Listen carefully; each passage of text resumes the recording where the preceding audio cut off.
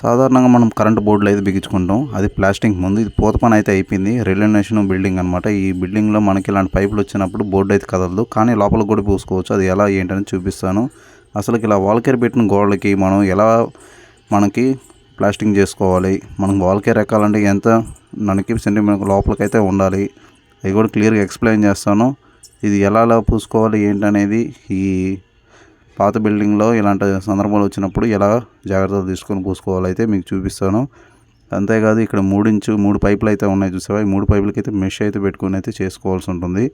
అలా పెట్టుకోకపోతే క్రాక్లు అయితే వస్తాయన్నమాట. దాని గురించి నేను క్లియర్గా చూపిస్తాను ఎలా చేయాలి ఏంటనేది.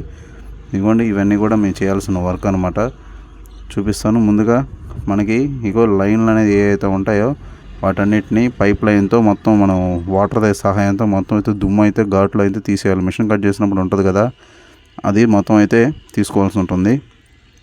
ఎందుకు అలా తీసుకోవాలంటే మనకి లోపల అయితే ఎర్రమట్టి అయితే ఉంటుంది, అంటే ఇటుకరాయి పొడి. మీకు కనిపిస్తుందా గాళ్ళు అనేది ఎలా అయితే వస్తుందో, అదిగోండి. వీటిని మనం జాగ్రత్త తీసుకుంటే మనకి కలిపినప్పుడు మనం సిమెంట్ అప్లై చేసినప్పుడు దానికైతే మనకి ఎక్కువ గ్రిప్ అయితే ఉంటుంది అనమాట.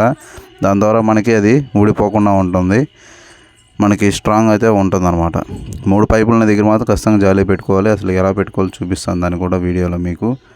ఇంకా మన ఛానల్లో కాస్త మనకి ఇన్డెప్త్గా ఇన్వర్టర్ సంబంధించిన కూడా వీడియో అయితే చేశాను, అది కూడా చూడకపోతే చూడండి. దాని గురించి కూడా మనం చేస్తున్నాం. అసలు ఇన్వర్టర్స్ ఎలా వాడుకోవాలి ఏంటనేది. అలాగే వర్షాకాలంలో పిడుగులు మనకి ఉరుములప్పుడు కొన్ని బోర్డ్స్ అయితే బాగుతుంటాయి అన్నమాట. ఇంట్లో ఫ్యాన్లు గిన్లు అవన్నీ పోకుండా ఉండాలంటే ఎటువంటి జాగ్రత్తలు తీసుకోవాలి దాని గురించి కూడా వీడియో చేస్తున్నాను. దాన్ని ఆ వీడియోలో కంప్లీట్గా ఉంటుంది, దాన్ని అయితే చూడండి అనమాట. ముందుగా ఇదిగోండి మొత్తం తడిపేసేసుకున్నాం. ఆ ఇటుకరాయిలు కూడా దాని బ్రిక్ వర్క్ అయితే కట్టేసుకోవాలన్నమాట.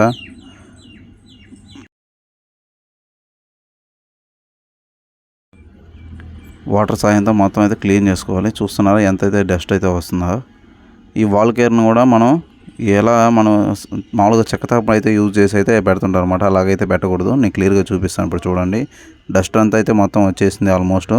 ఈ బోర్డును చూసారా, ఈ బోర్డు అనేది మనకి ఇటు సైడ్ 3 పైపులు, పైన ఒక పైపు కింద ఒక పైపు వచ్చి మనకి ఈ పైన 2 పక్కన అయితే కదలుతాయి, కానీ ఈ 3 లైన్లు వచ్చిన దగ్గర కదలడం కష్టం. బోర్డు అనేది ప్లాస్టింగ్ గోడ మఠం అయితే ఉంటుందో అంటే లెవెల్, ఆ లెవెల్కి అయితే కంపల్సరీ అయితే పెట్టుకోవాలి.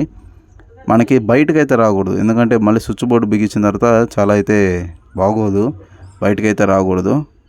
బయటికి రాకుండా మనకి కాస్త ఇదిగోండి ముందైతే కాస్త జిగురు మాల అంటారు కదా, అంటే జిగురు మాల అంటే మరేం లేదు, కాస్త ఎక్కువ సిమెంట్ ఉండేది ఫస్ట్ అయితే కలుపుకొని పైపుల్లో అయితే కొట్టాల్సి ఉంటుంది అనమాట. అలా కొడితే మనకి లోపలైతే పట్టుకుంటుంది. మరీ ఎక్కువ నిమ్మనిపిస్తే కాస్త సిమెంట్ చల్లుకొని ఇలాగ తడిపొడి సున్నం అయితే మనం మెట్టుకోవాల్సి ఉంటుంది. ఈ తడిపొడి సున్నం మెత్తిన తర్వాత మనకి చెక్కతాపై బేసిక్గా యూజ్ చేస్తుంటారు. అలాంటివి యూజ్ చేయకుండా నేను చూపించినట్టు గ్రానైట్ అయితే యూజ్ చేసుకుంది. అలా చేసిన దానివల్ల మనకి ఉబ్బులు అనేది బయటికి రాకుండా ఉంటుంది. ఉబ్బు బయటకు వచ్చింది అనుకోండి, వాల్ కేర్ పెట్టారనుకోండి, తర్వాత ట్యూబ్ లైట్ అలాంటివి వేసుకున్న తర్వాత మనకి అలలగా ఉంటాయి. అలలగా ఉన్నప్పుడు చాలా బాగోదు. ఇదిగో ఈ గ్రానైట్ సహాయంతో ఖచ్చితంగా తెగుతుంది అనమాట. చెక్కతాపై అనేది అంచులు అనేది కాస్త మణిగా అయితే ఉంటాయి, లోపలికైతే అరిగి ఉంటాయి అన్నమాట.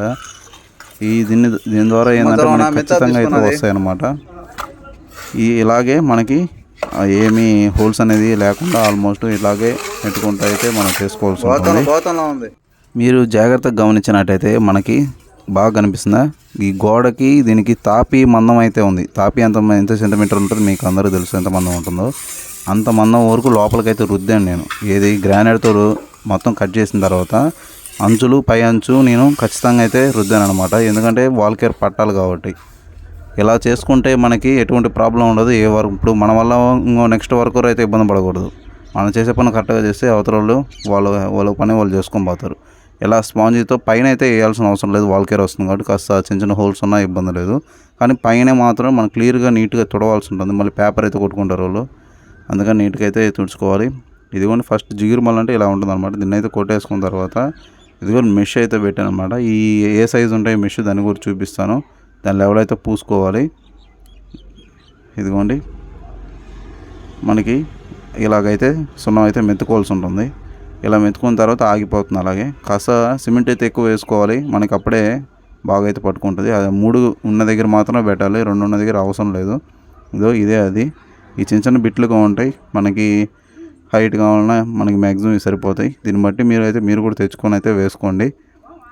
ఇంకపోతే మనకి ఈ బోర్డు అనేది మనకి థిక్నెస్ అనేది ఇక్కడ అయితే కనిపిస్తుందో లేదో మీకు, ఇక్కడ అయితే ఖచ్చితంగా పోత పనకన అయితే బయటకు అయితే ఉండాలన్నమాట. పైన సైడ్లు అంచులు ఉంటాయి, ఈ అంచుల దగ్గర లైట్గా అయితే మీకు ఉబ్బు కనిపిస్తుందా, అది కూడా మార్కు, అదిగో ఆ ఘాటు లైన్కి అయితే ఉండాలన్నమాట బయటికి. అప్పుడు మాత్రం మనకి ఈ మెయిన్ బోర్డు అనేది బాగుంటుంది. ఓకే, వీడియో చూసారు కదా, వీడియో నచ్చితే లైక్ చేయండి. ఇంకేమైనా డౌట్స్ ఉంటే కామెంట్ చేయండి. నెక్స్ట్ వీడియో కావాలంటే సబ్స్క్రైబ్